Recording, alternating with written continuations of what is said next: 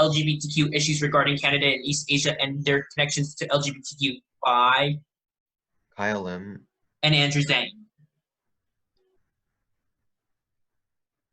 This project was created by us from the Live Well, Take Action program, which aims to engage Asian youth in learning about wellness and how it can have significant impacts on self, others, and society.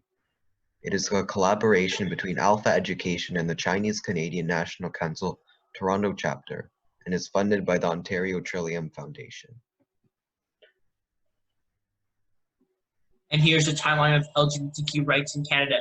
So in 1969, the federal government removed criminal sanctions against same-sex practices between consenting adults. In 1979, prohibitions on the immigration of gays and lesbians were removed. And in 1996, a prohibition of discrimination against gays and lesbians was put in the Human Rights Act. In 2000, the federal government passed legislation that gives same-sex couples who have lived together for more than a year the same benefits and obligations as heterosexual common law couples.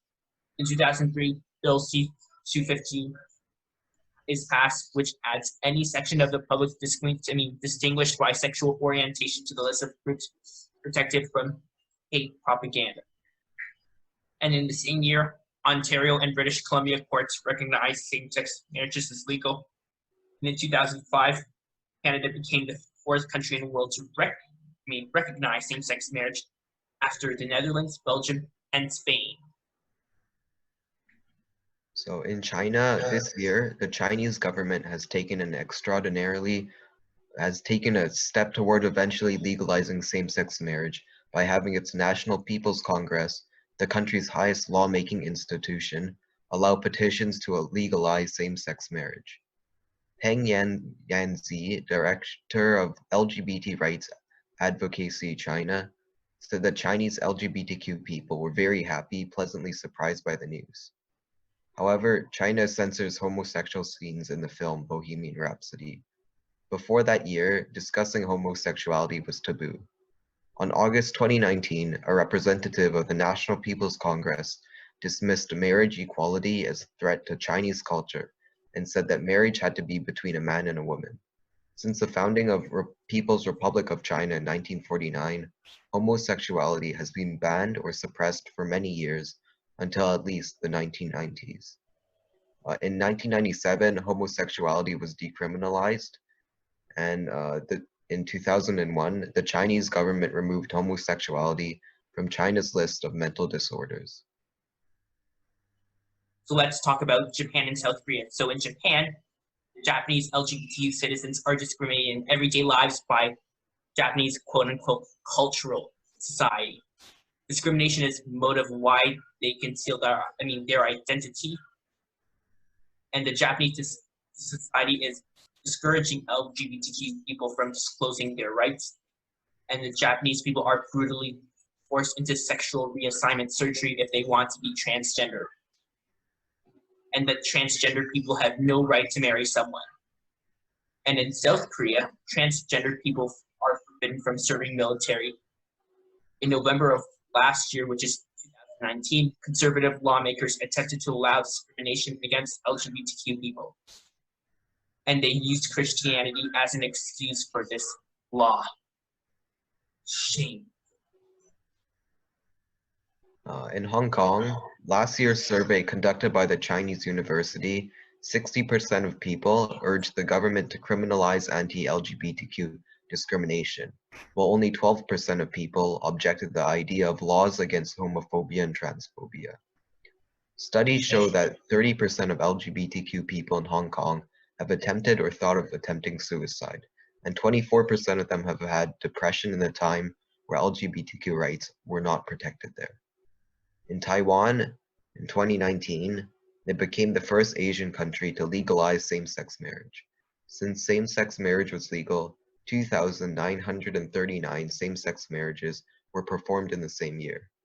Taiwanese President Tsai Ing-wen hailed the legalization vote as a big step towards true equality. So let's talk about Brunei, Malaysia, and Singapore. So in Brunei, on April of last year, Brunei has passed laws to stone LGBT to death, which especially homosexuals.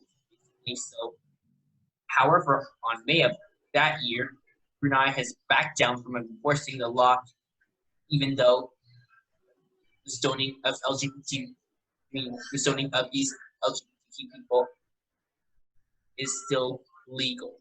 So in Malaysia, Malaysian LGBTQ people receive brutally rare prison sentences or be canned. And then Prime Minister Mahathir Mohamad had just criticized LGBTQ society in 2019. And the LGBTQ rights is still illegal in Malaysia. And in Singapore, courts have blocked the bid to overturn criminalization of gay sex, thus dealing a blow to the city-state's LGBTQ movement.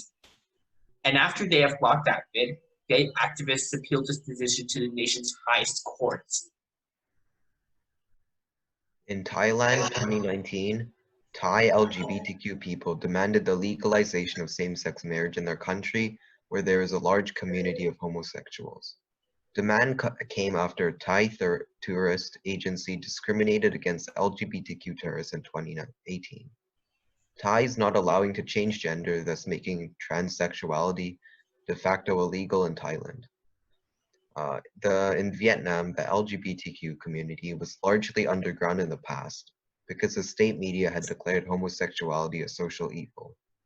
While Vietnam has several laws that prohibit discrimination and uphold the right for education for all children, the current curriculum does not cover the topic. Same-sex relationships and same-sex sexual acts are legal, and a ban on same-sex marriage was lifted in January 2015.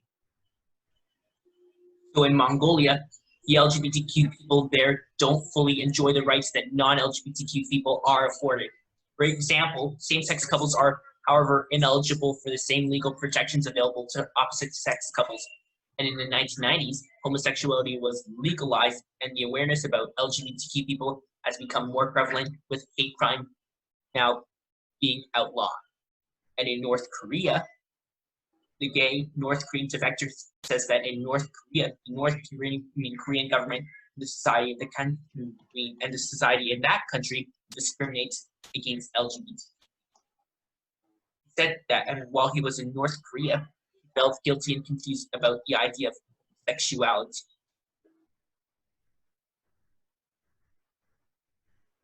In Indonesia, LGBT people in Indonesia have long suffered discrimination. Lawmakers in Indonesia are pushing legislation that would force LGBTQ people into government-sanctioned rehabilitation centers to cure them of their sexual orientation or gender identity. In East Timor, activists say social stigma and discrimination are common for LGBTQ people. Same-sex behavior is not criminalized under East Timor's laws, but they also do not offer protection against discrimination.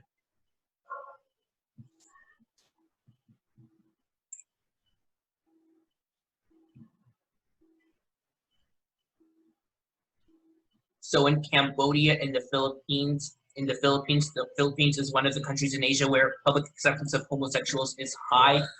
In mid-2018, the local government of the city, Mandaluyong, approved a right to protect the LGBTQ community from discrimination, and in Cambodia, the LGBTQ visitors to there will find a welcome environment. Many Cambodians growing up gay or transgender is a struggle. Rape, forced marriage, bullying, job discrimination, violence, and inequality remain widespread across the country. In Laos, homosexuality is not criminalized, but the existing laws have suppressed the rights of the LGBTQ community. While the country is tolerant towards LGBTQ visitors, Laos society remains traditional and conservative towards homosexuality.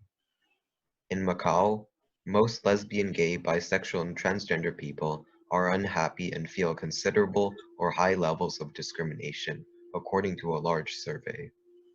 Activists have fought for the inclusion of gay couples in the domestic violence bill, as well as recognition of same-sex marriage or civil unions in the city. So in Myanmar, LGBT people are not accepted either religiously or culturally. It's illegal to change the gender you're assigned at birth.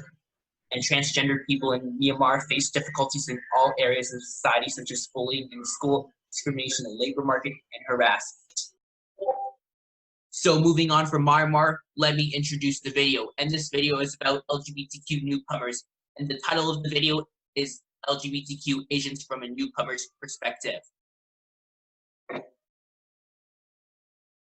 So let's talk about how can we be an ally to the LGBTQ community. So here are 10 ways to be an ally of the LGBTQ community. Number 1, listen. Number 2, be open to new ideas. Number 3, talk willingly. Number 4, be inclusive and invite LGBTQ friends to hang out with your friends and family. Number 5, don't assume that all your friends and coworkers are straight and cisgender. Number 6, don't make homophobic or transphobic comments or jokes that are both harmful. Tell your friends and family and coworkers that these comments and jokes are offensive. Number 7, confront your own discriminatory views towards LGBTQ people, no matter how uncomfortable it is. Number 8, stand up for your LGBTQ friends against discrimination. Number 9, believe that everyone, including non-heterosexual and transgender people, should be treated with value and respect. Number 10, if you see LGBTQ people misrepresented in the media, contact glad.org.